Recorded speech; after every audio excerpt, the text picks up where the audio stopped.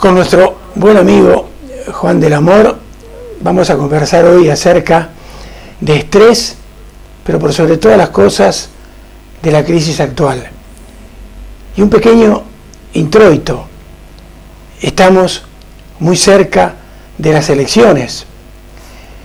Y hace algunos años en Uruguay, un gran jugador de fútbol de primera división internacional de Uruguay, pero realmente con muy pocas luces, fue por uno de los partidos tradicionales de mi país elegido para ser diputado por dicho partido. Y en una de las alocuciones de este amigo, porque nosotros lo conocemos perfectamente bien, un día dijo ante una gran audiencia que el desempleo sí realmente estaba haciendo algo muy grande dentro de Uruguay, pero que nadie debía preocuparse porque únicamente afectaba a los que no tenían trabajo.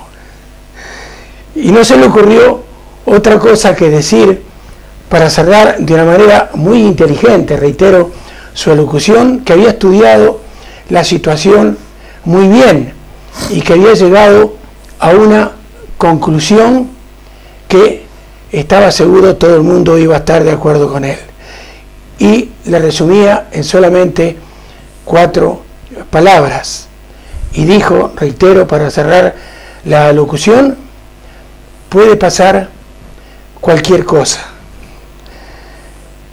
Es evidente que en el mundo los caballos son los que siguen o seguimos haciendo todo el trabajo, pero los cocheros son los que se llevan la propina. En fin, buenas noches, Juan. Hola, buenas noches, Milton. ¿Esta crisis actual tiene algo que ver con el estrés que la gente está mostrando día a día? Bueno, primero, esta persona que has nombrado, por lo menos en su capacidad mental, dijo lo que dijo. Aquí en España tenemos otros políticos que ni siquiera dicen. Están ahí a la espera de que les toque. Pero bueno, dices que si tiene que ver, yo creo que igual a lo mejor sería al revés. Es decir, ciertos estados de crisis tienen que ver o se generan en base, ciertos estados de estrés se generan en base a la crisis. Eso sí, es verdad, la crisis genera estrés. Y bueno, por lo que has comentado, aquí en España supongo que en el resto de países europeos y donde se está sufriendo la crisis, pues es raro el día, es raro no, todos los días, en todos los medios de comunicación se habla de la crisis en un sentido o en otro. Hay pocos datos positivos, los positivos casi no se les da relevancia. Es decir, este estado no solamente de crisis, sino de información, de incertidumbre que provoca para el que tiene trabajo y para el que no tiene, pues eso también genera un estado de crisis, de ansiedad, porque es una situación nueva, pero que se mantiene. Luego eso sí que genera cierto grado de estrés, incluso podríamos llamarle estrés crónico, porque no tiene solución, no se le ve la salida, aunque sabemos que el ser crisis, por ende, por esencia, tiene la palabra a lo que significa, tiene principio y tiene final, pero no se le ve y entonces eso genera estrés. Ahora, en realidad es lo que encontramos en esto, una crisis coyuntural o es una crisis cíclica. Pues yo exactamente, Milton, como sabes, no soy técnico, pero soy un ciudadano y que bueno, que puede opinar porque tiene experiencia, porque ve la vida, porque participa de la vida. Entonces yo no sabría si es cíclica o si es coyuntural. Lo que sí es cierto es que es una crisis que, por lo visto, ahora hay mucha gente que dice que se veía venir. Y yo pienso que es una crisis del sistema. Pienso, en mi humilde opinión, del sistema, cómo está montado el sistema principalmente capitalista, entiéndase. Y entonces es una crisis que si miramos en la historia ha habido otras también muy importantes. Parece, alguien podría pensar, bueno, es que es cíclica, pero no tiene los visos de ser cíclica, porque las que son cíclicas no son tan importantes, ni afectan masivamente a todos los pueblos y ciudadanos. Entonces yo creo que es una crisis del sistema casi como se pensaba cuando el 29 del crash de la bolsa de Wall Street en Estados Unidos. Es decir, aquello fue extraordinario, esto está siendo extraordinario.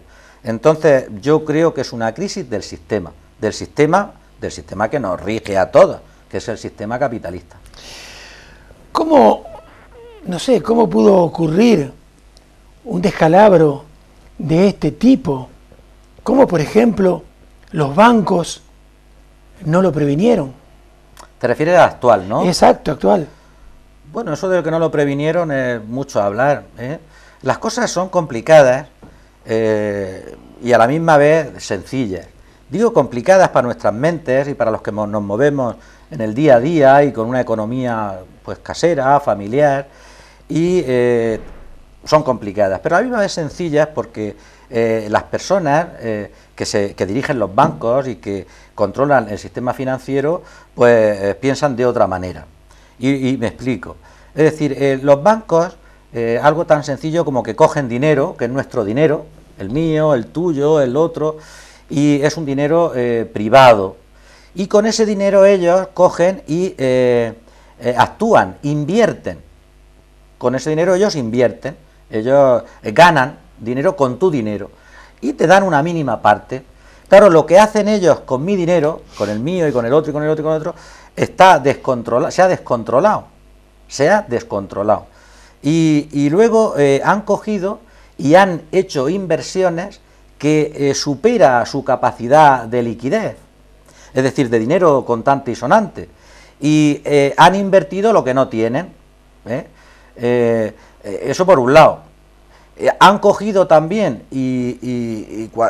como ha habido esa alegría económica a nivel general, pues yo también como particular he querido invertir, pero no yo, el otro y el otro. ¿De qué manera? Pues hombre, como hay esta alegría, pues yo quiero, como no tengo dinero, pues pido un préstamo y me compro la segunda casa, la tercera casa, invierto en terrenos, invierto en fincas. Bueno, pues esto se ha dado. Y el banco, pues, ¿qué ha hecho? Bueno, ¿te vas a comprar una casa? Pues vale, el aval la casa. Y te ha dado el dinero sin más avales. Entonces, claro, luego esto se ha complicado un poquito, Milton, porque ya no es esa alegría desmesurada de hipotecarse me refiero mi economía en base a una inversión, y el banco también invertir, sino que ha cogido, y en este sistema global en el que nos movemos, entre los bancos se han vendido esas hipotecas, de tal manera que yo particular que saco una hipoteca con un banco concreto, luego voy y me entero que no la tengo con ese banco, que la tengo con otro. Entonces ellos ese volumen de negocio lo han estado pasando de unos a otros y ha sido un negocio ficticio porque no había liquidez. Pero, Juan, perdóname que te corte, sí, pero sí. ¿Cómo puede entonces lo que yo considero un problema menor, como las subprime, que tú lo explicarás, pudo contaminar todo el sistema? Claro. ¿Y cómo se propagó esto? Pues por el motivo que te estaba comentando, porque en el sistema globalizado en el que nos movemos, una hipoteca en un banco la puede tener otro de Estados Unidos, o la puede tener otro de Alemania. Es decir, no se concentran, no estaban en el banco en que yo las he sacado. De tal manera que se ha negociado con todo ese tipo de hipotecas y no se la ha reservado ese banco para que yo le haga frente. Cuando yo, en el sistema este que estamos, no le hago frente, el banco se queda que no se le paga la casa y se queda con la casa.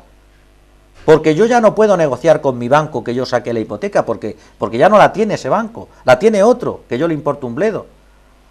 Y le da igual.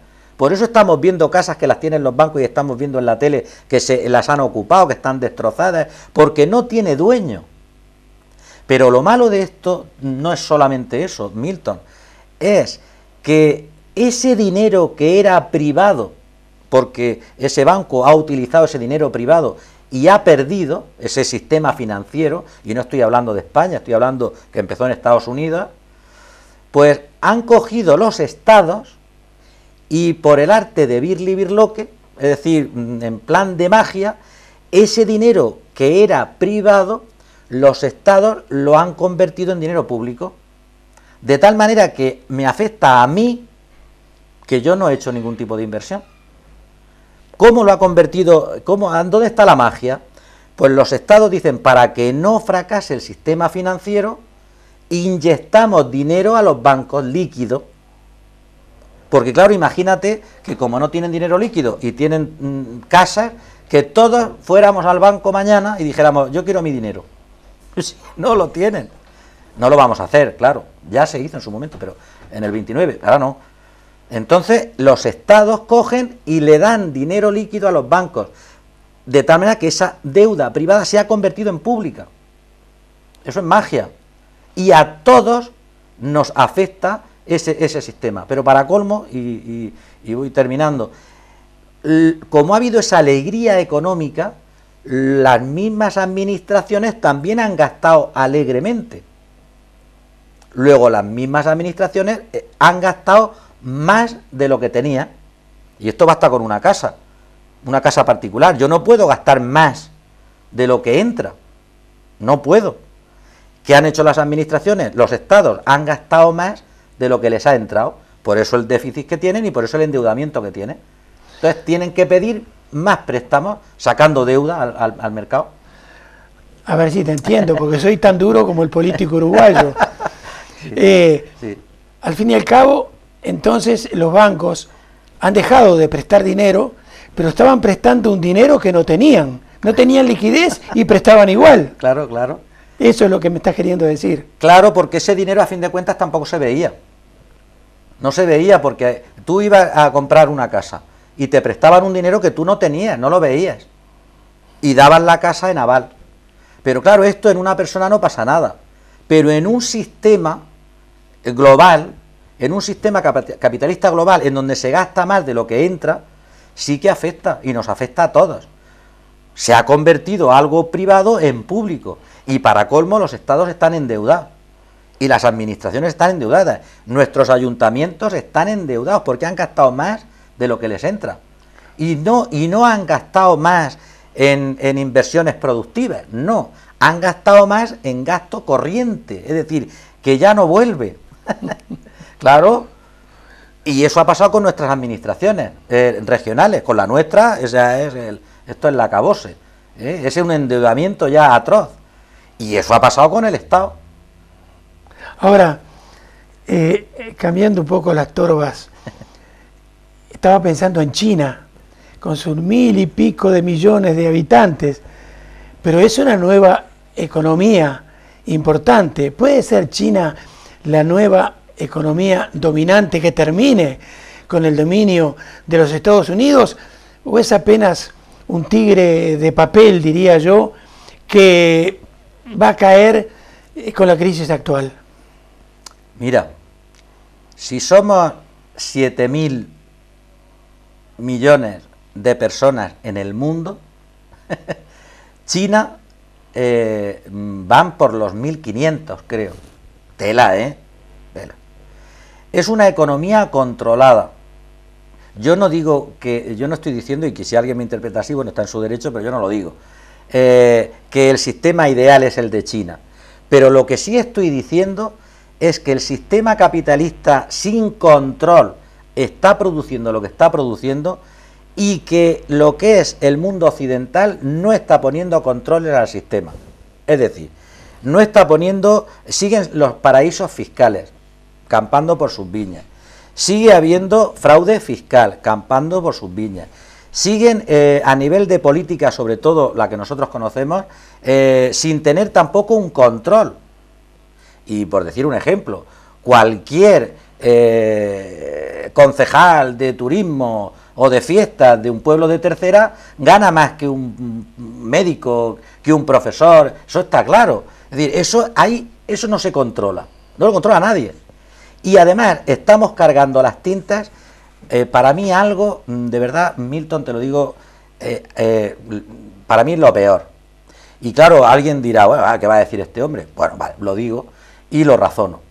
Mira, una sociedad, un Estado que menosprecia, que infravalora, que además crea una mala imagen de sus funcionarios, es un Estado, una sociedad que se puede ir a tomar por saco, lo digo con todas las de la ley.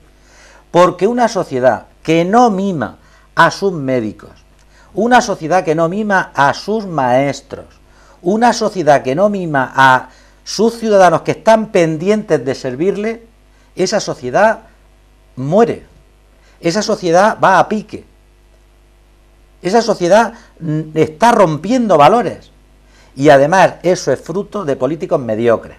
Eso es lo que nos está pasando. China es, dicen, un estado emergente, pero ¿cómo no va a ser emergente? Y además le están pidiendo, por favor, desde Europa, que no haga una inflación de su dinero, porque si ahora hay una inflación de su dinero, pues sale al mercado una cantidad de material enorme. Luego le están diciendo que controle y que no baje el precio de su dinero, porque si lo baja, nos fastidia a todos. Esa economía está controlada, independientemente que, claro, no sabemos lo que, simplemente vemos desde fuera, ¿eh? Pero hay otro país que no te lo comas de vista, que es la India. La India, que sí que hay esos desajustes a nivel de sociedad, de unos, los parias y los... Bueno, pero aún así es una sociedad con mucho capital humano y que también es un país emergente. China, yo no sé, no lo sé, porque no soy adivino, pero que si mañana será más o menos que Estados Unidos, pero competencia le hace ya. Y ahora mismo China es un baluarte a nivel mundial con respecto a controlar la economía. Y desde luego no tiene nada que ver con nosotros a nivel de Occidente, porque la disciplina, y repito que no estoy diciendo yo que seamos como los chinos, estoy diciendo que controlemos oficialmente qué movimientos tiene el capital, que no funcione libremente, que no todo vale en la economía, que no se pueden enriquecer cuatro, y que controlemos también a los inversores, y que no sea a costa siempre de los mismos, de los pobres, de los trabajadores, de los funcionarios, porque eso no rinde. No puede ser que se alegre una economía constriñendo los sueldos, aumentando las horas de trabajo. Esto no es verdad, no es verdad. Dando trabajo a más personas sí se alegra la economía. Siguiendo pagando los sueldos sí se alegra la economía, porque tú puedes invertir, pero si no inviertes, por ejemplo con los funcionarios, por ejemplo, no es verdad que sea un 5, que sea un 10, es más, porque ahora es el 3 de inflación, es decir, el funcionario, que es a costa de lo que se está, parece ser que los mediocres piensan, y digo mediocre, y cuando digo mediocre, te lo juro que lo digo con una naturalidad enorme, yo no tengo, quiero decir, no tengo deudas con nadie, y puedo pensar, decir y opinar que tenemos una pandilla de políticos mediocres extraordinarios, en España y fuera de España. Te habrás dado cuenta que no hay líderes, no hay líderes, no hay. Se están tomando medidas a nivel de Estado, a nivel de región, bueno, y a nivel de ayuntamientos ninguna, pues, por fruto de esa mediocrería, que además parece que es contagiosa, se contagian, ¿sí? Hacen todos lo mismo, y es ir a por el pobre. Ahora, me estabas hablando, y yo pensaba también en otro problema. Estaba pensando, Juan, en el problema de la sobreproducción, que de pronto también puede ser una causa de las crisis capitalistas, o acaso también lo que han bajado las tasas de ganancia. También esto puede ser producto de la crisis actual a nivel mundial. Bueno, yo creo que eso fue una razón más propia del 29, la sobreproducción. Eso fue más propia del 29. En la actualidad yo creo que esa no ha sido la causa, porque ya después del... Bueno, y ojo, hay que acordarse, aquella crisis empezó en el 29 y hasta los años 40 no se le vio la luz. Y estoy hablando de 10, 12 años. Y esto, que se inició realmente en el 7, estamos en el 11. O sea que, vamos, desde mi, vamos a llamarle poca autoridad al respecto, yo creo que estamos subiendo todavía la cima, todavía no hemos empezado a bajar, me refiero a llegar al culmen de la crisis y empezar a recuperarnos, creo yo. Esto tiene tela, pero yo creo que la causa no ha estado en la sobreproducción, aunque también se puede entender que es una causa que en España se ha añadido a la causa general de la crisis con respecto a que no hemos diversificado nuestro sistema productivo. Nuestro sistema productivo, al no ser diversificado y centrarse, exagerando, pero que es casi verdad, solo y exclusivamente en la construcción, al pegar el batacazo, a nosotros nos afecta en mayor medida que al resto de países, en mayor medida, con la suerte de que nuestro sistema financiero, me refiero de los bancos, ha tenido un poco más de precaución con respecto a vender esas hipotecas a otros y con respecto a controlar su liquidez, pero ha quedado pillado por el tema de la construcción, porque ahora mismo hay bancos que, aunque están solventes y aunque de los test que se están haciendo y las evaluaciones no salimos tan mal, pero que tienen exceso de capital en material de fincas, y menos liquidez, pero no está al nivel de otra banca europea y sobre todo de Estados Unidos, aunque también ha habido que ayudarle. Y lo que tiene que hacer este gobierno, o el que venga, o el que sea, ya, pero como cosa de moral, es recuperar ese dinero que se le ha dado a los bancos.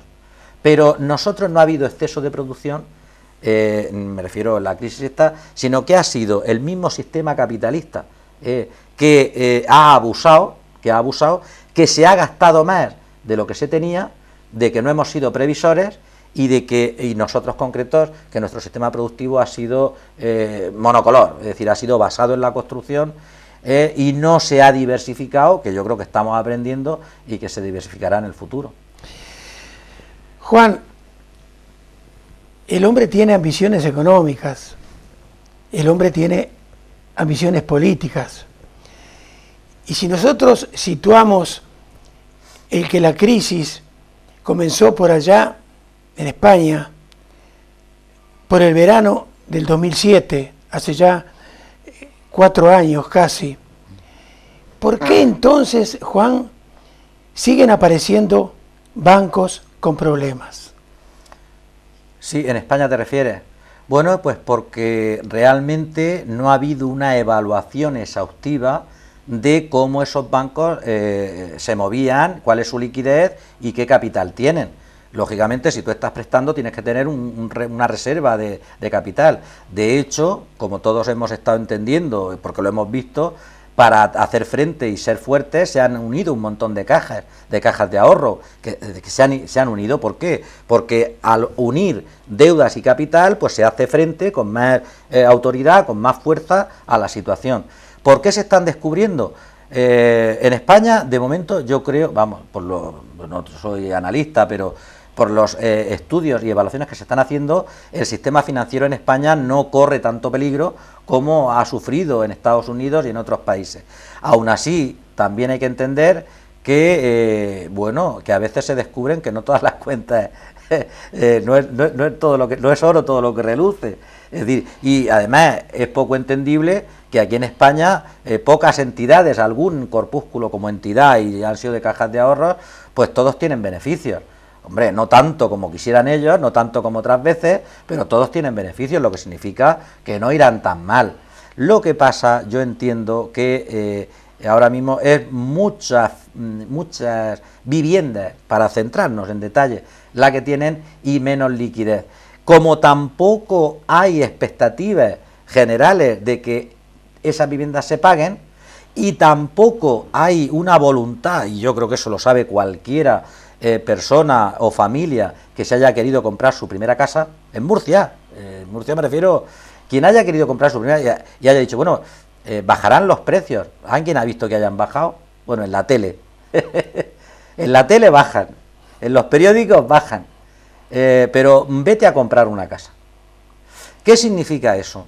Pues que los bancos son, bueno, no quiero, porque claro, hay que decir palabras así que los entendamos y no malsonantes, pero sí son tan avariciosos que y no quieren tampoco arriesgar. Oiga usted, vamos a ver, usted tiene un montón de viviendas, ¿por qué no las saca a precio de coste?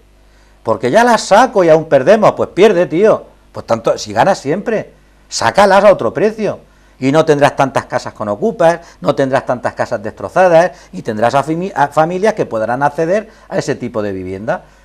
Claro, si eso alegra también la economía, pues no lo hacen. Están ahí porque quieren ganar como mínimo lo que se gastaron. Pues si ganan menos, ¿qué pasa? Es que yo sí arriesgo pero tú no, pero para colmo, lo que tú arriesgaste, que era tuyo, con mi dinero, ahora el Estado, es decir, de mi bolsillo tengo que pagarte tus malas inversiones. Pues ahí está lo que te decía yo, el arte de Billy Birloque. Sí, pero ¿esto qué pasa? Y para colmo, que yo sepa, ni siquiera, porque Estados Unidos parece ser que sí, pero yo no he visto al gobierno de España decir, ojo que te voy a cobrar lo que te he dado. Te lo cobraré poco a poco, te lo cobraré, pero te lo cobraré. ¿Por qué? Porque ese dinero es de los ciudadanos. Y tú lo usaste mal. Yo no lo he visto, yo no he visto ninguna ley, ninguna amenaza, ninguna advertencia. No, se le dio y ya está. Pues no, ese dinero el ciudadano tiene que recuperarlo, porque es público. Ahora, Juan, si yo salgo a la calle y a todo el que me enfrenta le pregunto ¿qué da el sumar 2 más 2? Evidentemente, la mayoría, no digo todos, me van a decir 4. Pero y aquí viene la pregunta del millón. Yo te preguntaría, ¿qué medidas acometerías personalmente para sanear el sistema, para evitar esta crisis actual o crisis venideras? ¿Qué se te ocurriría? Pues hombre, si yo fuera, bueno, esto es una broma, pero si yo fuera del PP, te diría, sí, las tengo, cuando me votes yo las llevaré a cabo. Si fueras del PSOE también, ¿eh? Y no, yo lo veo distinto, totalmente, porque de hecho, se equivocará o no se equivocará. Serán tardías, pero de hecho el que está gobernando está aplicando medidas. Para mí insuficientes, para mí con cierta tardanza, pero está aplicando, se está mojando. Hay otros que no se mojan, y es lo triste, están ahí esperando. Eso sí que es triste, porque mira que te digo, esto también influye en el estrés, lo que te estoy hablando ahora, influye tremendamente, es decir, el ciudadano que no pueda pagar la hipoteca y que no tenga trabajo, pues está pensando, quien me está gobernando esto va muy despacio, y esas medidas que está tomando no se puede ver todavía la repercusión, pero es que el que está esperando, porque está como en la cola, parece ser que le toca, que no tiene ideas tampoco. Es decir, si mediocres somos unos, más mediocres y más bueno, y si es que tiene las soluciones más miserables somos otros. Hombre, porque solo faltaba. ¿Dónde está el patriotismo? Oiga, usted si sabe las soluciones, compártalas, Eso es lo que hay que hacer. Y sin embargo, no. Dices tú, ¿qué medidas? Se han tomado medidas y todo el mundo lo sabe. Para mí, insuficientes. Pero hay otro tipo de medidas. Yo no soy, lógicamente, yo que voy a hacer de esto nada, pero cualquiera puede entender. Mire usted, ahora puede decir cualquiera que no se han tomado medidas a nivel con los políticos, con el sistema político. ¿Qué medidas estoy hablando yo? Muy sencillo. Es decir, lo que te he comentado antes de un concejal, pues de cualquier alcalde, de cualquier presidente de comunidad autónoma. Mira, nuestro presidente de nuestra comunidad autónoma, de Murcia, si hacemos un ranking de todos los que más cobran, son 17 comunidades autónomas, pues él de los que más cobran está el cuarto. Y si hacemos un ranking de la media de lo que cobran los murcianos, estamos los terceros, pero por la cola. Entonces aquí pasa algo.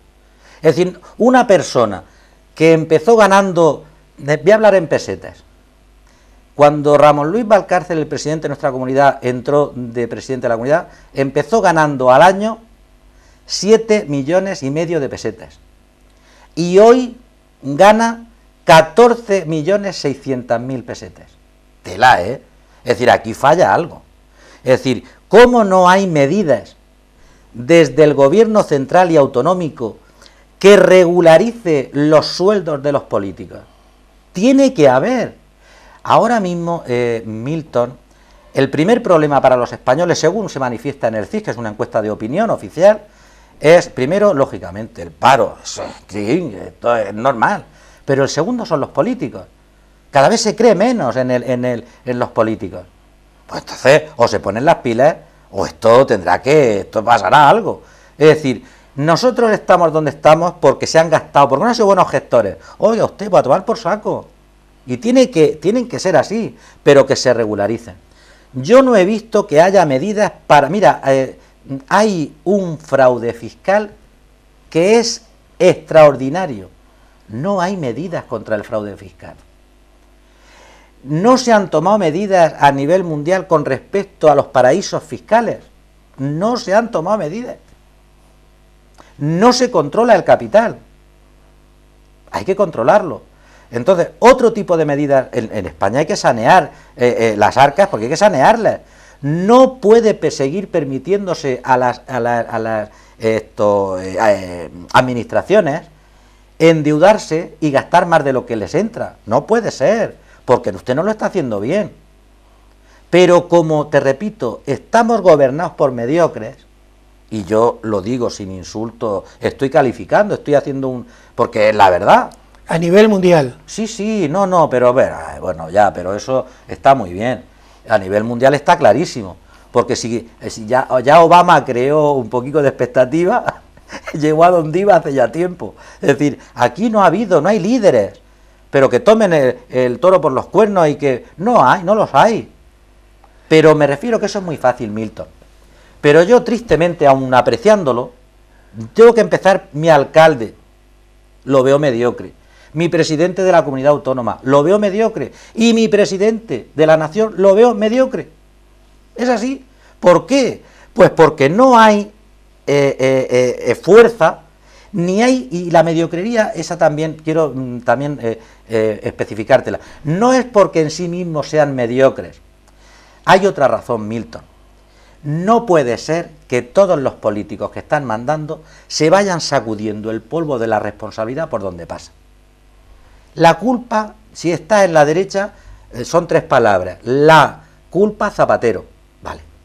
Si estás en la izquierda, pues la culpa donde manda el PP es el PP, y si no, pues a nivel mundial. Todo eso está muy bien. Pero cuando no hay una corresponsabilidad, cuando los políticos no son capaces de asumir sus fallos y a la misma vez unirse en torno a un objetivo común que es España, ahí también yo digo que son mediocres. O sea, que no es que me esté metiendo personalmente, pues a mí, además lo que yo diga ya ves tú, no me meto personalmente, estoy diciendo que su trabajo, sus actitudes, sus poses, sus conductas, sus propuestas son mediocres. Y porque nadie coge y se pone a trabajar. Y si alguien lo hace, que luego se apoyan entre ellos, no sé si te has dado cuenta, dicen una cosa en la tele, pero luego se apoyan, la izquierda y la derecha ahora mismo se están apoyando, aunque parezca que no, porque son cuando se toman medidas con los más débiles, porque no se tiene iniciativa. Y para colmo, te voy a decir un detalle, ahora en Murcia, yo me gustaría que habláramos alguna vez de la situación en Murcia. En las medidas que se han tomado en Murcia, en contra de los funcionarios principalmente, pero infravalorando el perfil del funcionario, diciendo a la sociedad que el funcionario es un gandul, y eso es mentira. Eso no solamente es para rebajar el déficit, es que es curioso, esto es tremendo y es la verdad, es que aplicando estas medidas el gobierno central te va a permitir que te sigas endeudando. Tela. O sea, que no es para usar este dinero, porque es incluso el del 5%, que dicen, la derecha suele decir que Zapatero no, que el gobierno central nos recoge el 5%, tampoco va al gobierno central, se queda aquí en Murcia, eso lo sabemos todos. Pues ahora se le aplica el 10 más el índice de inflación. Y como únicas medidas, Milton, eso no puede ser, porque fracasa el sistema. Si estas medidas no se echan para atrás, fracasará el sistema. porque yo no he visto medidas que alegren la economía, no he visto medidas que controlen el sistema político, que hay que controlarlo. No puede ser que un alcalde gane más que un presidente de comunidad, no puede ser que un concejal extraordinario, pero de ayuntamiento de tercera, y no lo digo en negativo, sino con respecto al volumen de negocio o de habitantes, gane más que cualquier profesional que ha estado estudiando, trabajando, preparándose, ganando sus oposiciones y haciendo un... No puede ser, todo esto hay que controlarlo. No puede ser que cada político tenga todos los asesores a dedo que quiera, no puede ser. Ahora, Juan, si le decimos a la gente entonces que sistema capitalista igual crisis, entonces la pregunta es, ¿hay salida para el capitalismo? Y si hay una salida, ¿esto redundará en un coste grande para los trabajadores? Si lo he dicho, yo creo que no lo he dicho, Milton, no, pero tú eres muy listo y coges... No, yo no he dicho que sistema capitalista igual a crisis. Digo que cualquier sistema, pero el capitalista sin control, el capital sin control es un caballo de bocado, eso lo sabe cualquiera, de siempre ha sido así. Cuando no hay control, ha sido la causa de que exista la crisis, unido a la globalización, el capital globalizado. Eso es lo que yo digo. Y la pregunta era, perdona, porque se me ha ido... Si hay algún coste para los obreros. Perdona, sí, bueno, eso es lo triste, eso es lo triste. Porque, mira, el coste está siendo y va a ser para los trabajadores que ya no trabajan, para los trabajadores que seguimos trabajando y están abusando, para los pequeños empresarios, para los autónomos, pero no habrá ningún coste para las grandes empresas, para los que manejan el dinero con respecto a los grandes inversores. Para eso no hay coste, porque curioso, han sido los que han provocado la crisis y son los que están sacando tajada de la crisis. Y lo triste, y de verdad, así te lo digo, es que no haya ningún coste para nuestros políticos, tienen que tener un coste. Y la sociedad tendríamos que darle una lección. Esto no puede ser.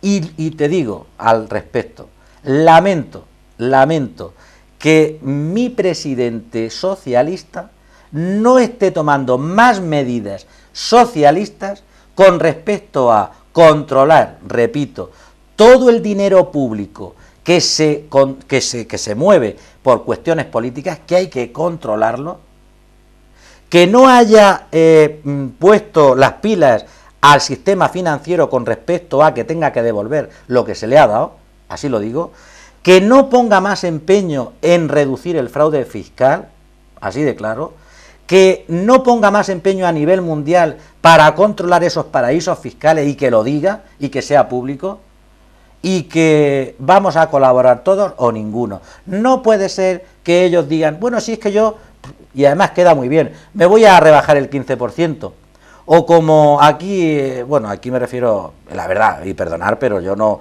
me presento no estoy en la política y lo digo porque me da la gana.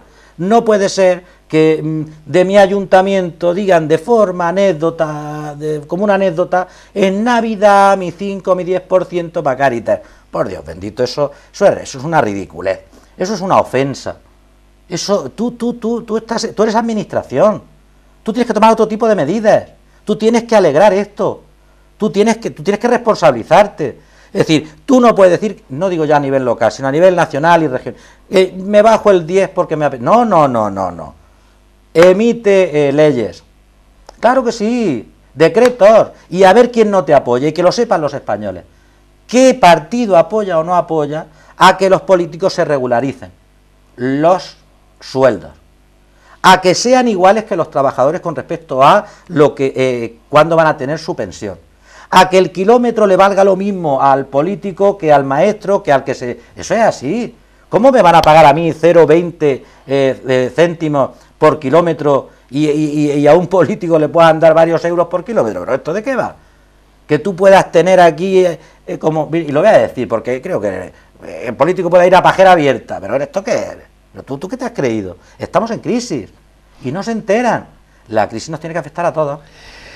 Juan, para terminar, Y volviendo al estrés. Ah, sí, bueno, eso lo hemos tratado poco. La crisis sí afecta evidentemente a las personas, sí, y los estresa, pero ¿cuáles son los acontecimientos de la vida, entonces, en tu concepto, más estresantes, aparte de la crisis? Sí, mira, Milton, sí que vamos a terminar pero a mí me gustaría, si me invitas otra vez, a ahondar un poco. Invitarte no, yo no te invito, vos venís solo, que es distinto. Bueno, sí, porque gracias a Dios todavía me muevo y tengo autonomía en el movimiento y en mi mente, sí, y en mi pensamiento, gracias a Dios y a mí mismo, ¿no? En el sentido ese. Sí, esa autonomía la puedo usar, pero este es tu programa y yo vengo porque tú me invites. Vengo a decirte lo siguiente, sí que me gustaría, yo creo que sería bueno, no vamos a solucionar nada, pero ver qué actitudes se pueden tomar para aminorar el estrés con respecto a la crisis. La crisis me está afectando y me está afectando realmente de forma puntual y tal, pero ¿cómo puedo yo afrontar ese tipo? Y luego, de lo que has comentado, no quiero, además me he fotocopiado acontecimientos de la vida que nos pueden producir estrés. No es uno ni dos, si quieres podemos iniciarlo y tú me cortas cuando tú quieras.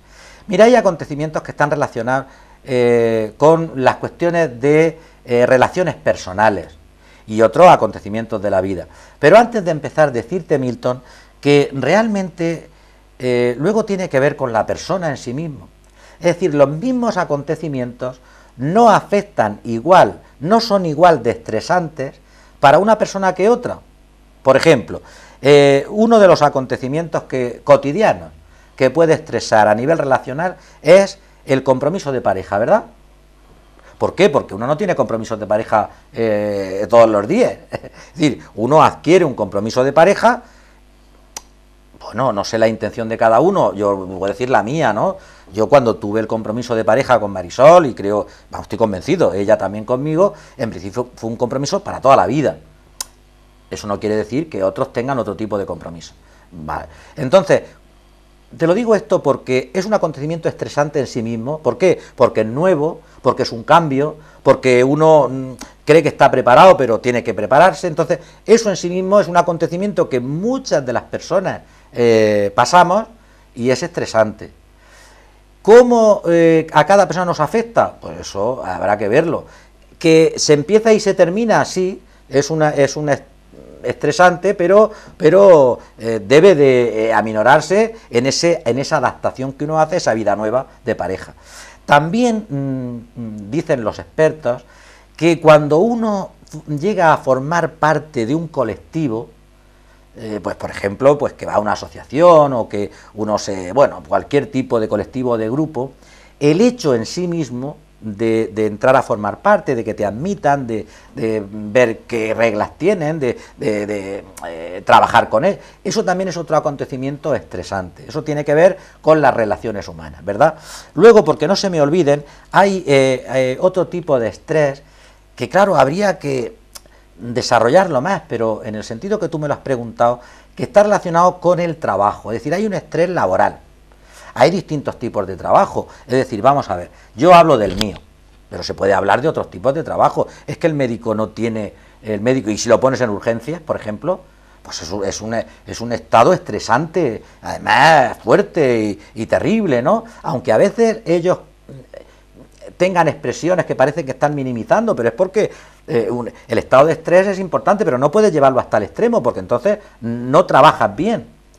El maestro también tiene su profesión en ciertos momentos, porque no es una profesión de, como tú has dicho, 2 y 2, ni de apretar tornillos, pues suele ser estresante. Hay acontecimientos en donde la conducta, en donde se manifiestan violencias por parte de los alumnos, por parte de incluso de las familias, es decir, uno no siempre está igual, es decir, hay un estrés que le llamamos estrés laboral.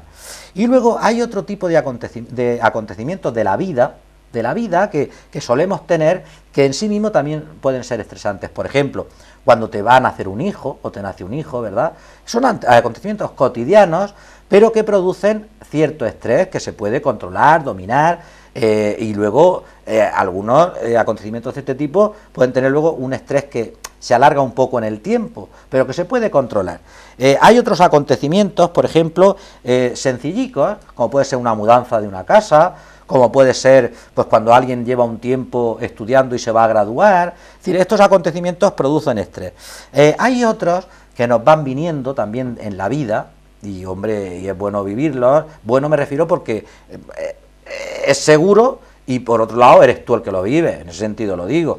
Son acontecimientos de duelo. Los normales, y llamémosle normal a que, bueno, pues por la estadística, por la edad, pues se viven con cierto grado de estrés normal. Pero hay otro tipo de acontecimientos, todos sabemos, que vienen, que no los esperas, que no tienen sentido humano y que están ahí, que te vienen de un hijo, de una persona, de un accidente. Claro, eso también son acontecimientos que la vida te puede traer y pueden ser estresantes.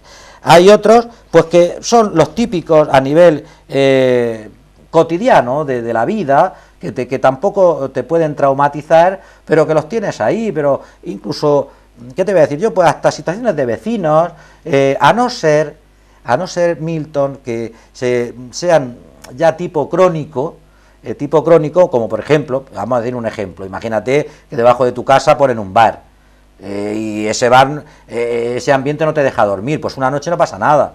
Pero o se hace botelleo en la puerta de tu casa, pues claro, llega un momento que un día, otro día, eso es crónico. Y ese estrés, ya me lo preguntaste una vez, ¿tú qué tiene que ver el estrés con la depresión? Pues en principio nada. Pero claro, cuando ese estrés se hace crónico, se cronifica, puede esa persona caer en depresión. Es decir, el perfil conductual del estrés, de cuando se padece estrés a cuando se padece depresión, no tiene nada que ver. Sin embargo, un estrés crónico puede acabar en depresión. Por eso me gustaría, en la medida de nuestras posibilidades, cuando hablemos de afrontar la crisis, de afrontar el estrés por causa de la crisis, ver qué podemos hacer para que eso no sea crónico y para afrontarlo con ciertas garantías de éxito. Entonces son acontecimientos, como tú me has preguntado, pues de la vida, que producen, pero que es muy importante la estructura de conducta que uno tenga para poderlo afrontar, con éxito o que se pueda convertir en patológico, claro. Muy bien. Terminamos por hoy. Bueno. Entonces en nuestro próximo encuentro volveremos a hablar de crisis y de estrés, cómo se enraban una con la otra, y eso será dentro de muy poquito. Cuando quieras. Muy bien. Nada más a ustedes decirles otra vez muchísimas gracias por vuestra fina atención, y dentro de 7 días y 7 noches, Dios mediante, nos volvemos a encontrar aquí en esta misma casa. Hasta entonces.